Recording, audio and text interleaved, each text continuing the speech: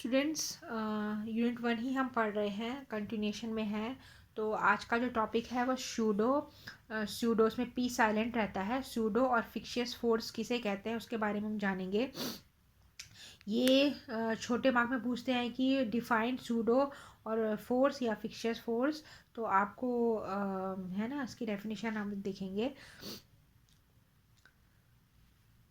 So suppose कर लेते हैं कि कोई पार्टिकल है। इसकी डेफिनेशन को इस तरीके से भी रिप्रेजेंट करते हैं। The force which does not act on the particle in real sense but seems to be acting on the particle but to the accelerative motion of the reference frame S prime is called pseudo और fictitious force.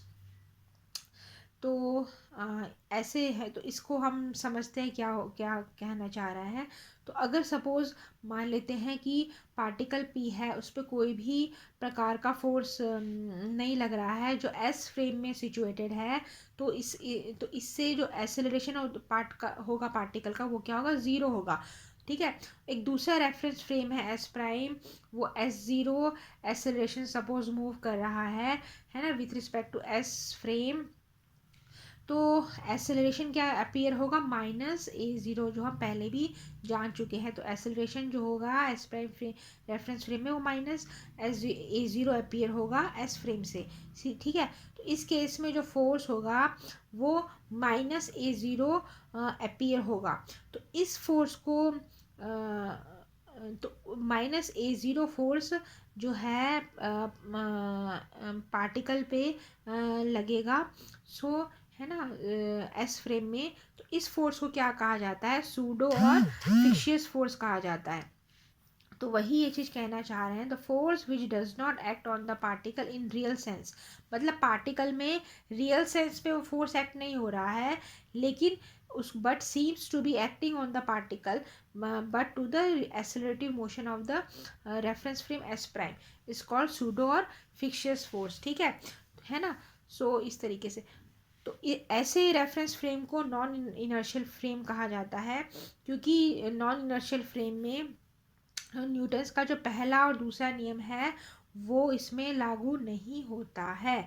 Newton's का जो law है वो inertial frame में लागू होता है, non inertial frame में वो अप्लाई नहीं होता है। सो इसको मैं इस तरीके से आप दे सकते हो। सपोज एफ आर है, वो पार्टिकल है ना, एक्सेलरेशन है, फोर्स एफ आर। जो ये फोर्स एफ आर है वो पार्टिकल एम मास का पार्टिकल है, उसको एक्सेलरेट कर रहा है। कितना कर रहा है, ए आर कर रहा है। तो न्यूटन्स के सेकंड लॉ के बाद F R is equal to M A R होगा। तो नॉन इनर्शियल फ्रेम में क्या होगा, जो रिजल्टेंट फोर्स होगा पार्टिकल पे, जो फोर्स लग रहा है नॉन इनर्शियल रेफरेंस फ्रेम में, तो वो क्या होगा, F is equal to F R plus F A. तो इसमें है ना, F is equal to F R plus F A. तो एफ इसमें फोर्स एम ए है, F R M A R है, और एफ ए है वो माइनस एम ए ज़ीरो। तो एफ ए इसमें जो फोर्स है, ये जो दूसरे रेफरेंस फ्रेम का जो क्या कहते हैं इसको, सूडो फोर्स जो एक्चुअली पार्टिकल पे नहीं लग रहा होता है, लेकिन हम ऐसा एज्यूम करते हैं, ऐसा हमें दिखते हैं कि दूसरे जो रेफरेंस फ्रेम से हम पार्टिकल को देख रहे हैं, तो एफ ए जितना वो फोर्स लग रहा है, जिसमें एक्सेलरेशन को ए ज़ीरो एक्सेलरेशन है ना। तो एक फ्रेम में तो उसको ए आर एक्सेलरेशन लगेगा, दूसरे में से हम ऐसा एज्यूम करते हैं माइनस ए ज़ीरो एक्सेलरेशन लग रहा है, जबकि उतना नहीं लगता। तो इसको क्या कहा जाता है, इसको सूडो फोर्स या फिक्शियस फोर्स इसको कहा जाता है। सो इसमें रिजल्टेंट एक्सेलरेशन होता है A is equal to A R minus A zero, इसमें माना जाता है। सो इसका बेस्ट एग्जाम्पल है रॉकेट।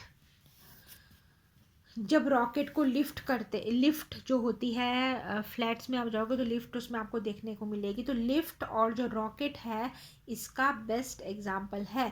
तो इसमें अगर कोई रॉकेट या लिफ्ट है, मूव कर रही है ऊपर की साइड, है ना, ऊपर की साइड वर्टिकली अपवर्ड ऊपर की साइड मूव कर रही है, एक्सेलरेशन के साथ, ए ज़ीरो के साथ।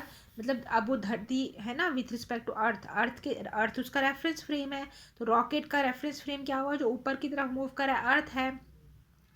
सो जो आदमी रॉकेट के अंदर बैठा होगा, है ना, तो वो उसका रेफरेंस फ्रेम है। तो आदमी इसमें क्या हुआ, पार्टिकल हो गया, है ना। तो आदमी का एक रेफरेंस फ्रेम क्या है, रॉकेट है, और दूसरा रेफरेंस फ्रेम क्या है, अर्थ है। मतलब अर्थ से एक दूसरा आदमी जो उसको ऑब्जर्व कर रहा है ना।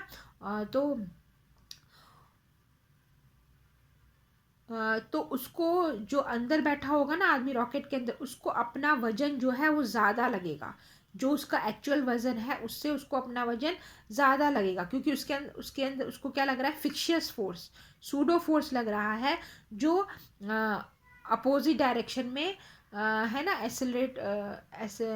एसलेशन जो रेफरेंस फ्रेम है उसके मतलब अकॉर्डिंग को लग रहा है फोर्स। तो इससे जो इफेक्टिव वेट होगा आदमी का, है ना, उसको किस तरीके से बताएंगे, एफ इज इक्वल टू, उसको जो फोर्स लग रहा है F is equal to F R plus F A.